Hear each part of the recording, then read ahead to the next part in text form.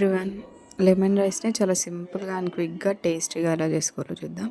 So దీంట్లోకి అయితే కరివేపాకు, పచ్చిమిర్చి, పల్లీలు, పుట్నాలు, శనగపప్పు, ఎండుమిర్చి, ఇంగువ తీసుకోవాలి. నిమ్మప్పు కూడా తీసుకున్నాం ఇక్కడ మేము. సో ఇవి ఇంగ్రీడియంట్స్. రైస్ మీకు ఎంత క్వాంటిటీ కావాలో అంత తీసుకోండి. అది ఒక వెడల్పాటి ఏదైనా తాంబూలం గిన్నె అలా ఏమైనా ఉంటే దాంట్లో ఇట్లా మొత్తం స్ప్రెడ్ చేసుకోండి, ఎందుకంటే చల్లారాలి కాబట్టి. తర్వాత ఒక ప్యాన్ స్టవ్ పైన పెట్టుకుని దాంట్లో సరిపడంత ఆయిల్, అంటే రైస్ క్వాంటిటీకి ఎంత అయితే ఆయిల్ సరిపోతుందో అంత ఆయిల్ వేసుకోవాలి. అది హీట్ అవ్వనివ్వాలి. హీట్ అయ్యాక దాంట్లో ఆవాలు జీలకర్ర యాడ్ చేసుకోవాలి. ఇక్కడైతే ఆవాలు జీలకర్ర కూడా యాడ్ చేసుకున్నాం. లైట్గా ఒకసారి మిక్స్ చేసుకున్న తర్వాత దాంట్లో పల్లీలని ఫ్రై చేసుకోవాలి. పల్లీలు కొద్దిగా ఫ్రై అయిన తర్వాత శనగపప్పు, మినపప్పు ఉంటుంది కదా, అవి కూడా యాడ్ చేసుకొని మిక్స్ చేసుకోవాలి.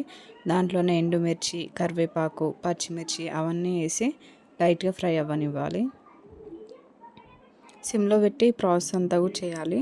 ఇప్పుడు దీంట్లోనే రైస్ క్వాంటిటీకి సరిపడంత ఇంగువ యాడ్ చేసుకోవాలి. మరీ ఎక్కువైతే కూడా స్మెల్ వస్తుంది. ఎక్కువ కాకూడదు, తక్కువ కాకూడదు.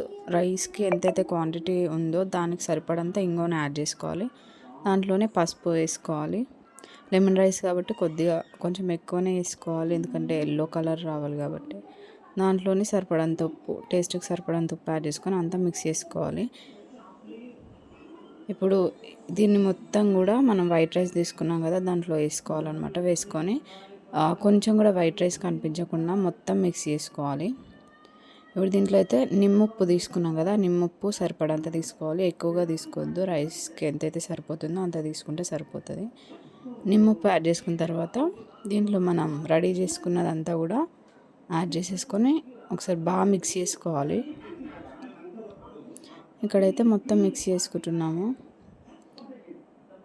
బ్రేక్ఫాస్ట్లోకి కూడా చాలా క్విక్గా అయిపోతుంది. మీరు కూడా డెఫినెట్గా ఒకసారి ట్రై చేయండి. నార్మల్గా అందరు చేసుకునేదే, కాకపోతే ఏంటి అంటే ఇప్పుడు స్కూల్ స్టార్ట్ అయ్యి పిల్లలకి రెడీగా అంటే తొందరగా ప్రిపేర్ చేసి పెట్టాలి అంటే ఇది బెస్ట్ అని చెప్పొచ్చు. మన ఛానల్ని కొత్తగా ఎవరైనా చూస్తున్నట్లయితే please do subscribe our channel. Like చేయండి, షేర్ చేయండి, సబ్స్క్రైబ్ చేయండి. Thank you for watching.